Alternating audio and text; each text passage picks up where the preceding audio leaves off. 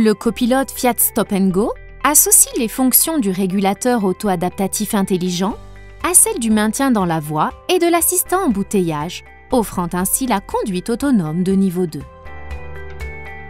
Ce système propose une assistance à la conduite, mais ne remplace en aucun cas le conducteur dans sa responsabilité au volant. Il doit toujours être vigilant et bien maîtriser son véhicule à tout moment. Le dispositif fonctionne grâce à une caméra située sur le haut du pare-brise et à un capteur radar positionné derrière le pare-choc avant, détectant en temps réel les véhicules qui précèdent ainsi que les lignes de démarcation de la voie. Avant d'activer le copilote Fiat Stop & Go, il faut avoir activé le régulateur de vitesse auto-adaptatif en appuyant sur le bouton A du volant.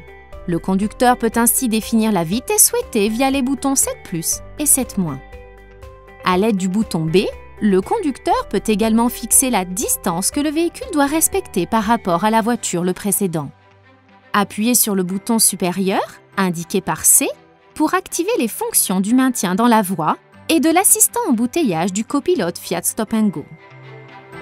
De cette façon, le copilote Fiat Stop & Go gère l'accélérateur et le frein et maintient le véhicule au centre de la voie de circulation. À faible vitesse, la fonction assistant embouteillage permet d'adapter la trajectoire en fonction du flux des véhicules qui précèdent si les lignes de la voie ne sont pas matérialisées.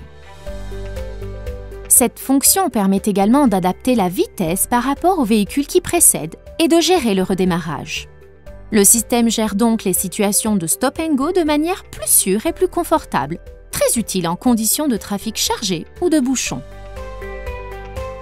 Dès lors que le véhicule s'arrête moins de 3 secondes derrière un véhicule, celui-ci repartira automatiquement.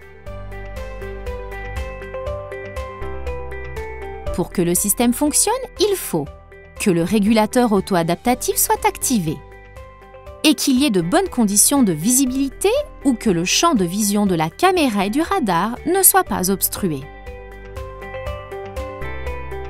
Certains facteurs et conditions extérieures peuvent affecter le bon fonctionnement du copilote Fiat Stop & Go. Le système pourrait ne pas répertorier correctement certaines situations routières, comme par exemple les situations routières complexes telles que des ronds-points ou des intersections, les objets inclassables.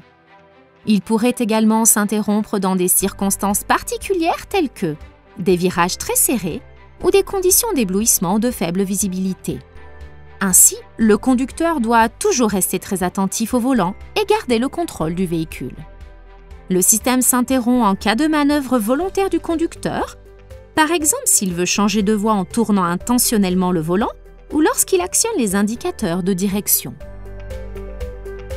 De plus, le système se désactive lors d'une forte pression sur la pédale frein. Pour réactiver le copilote Fiat Stop & Go, le conducteur doit alors appuyer sur le bouton Res. Le conducteur doit garder ses 2 mains sur le volant, sinon des messages d'alerte se déclencheront.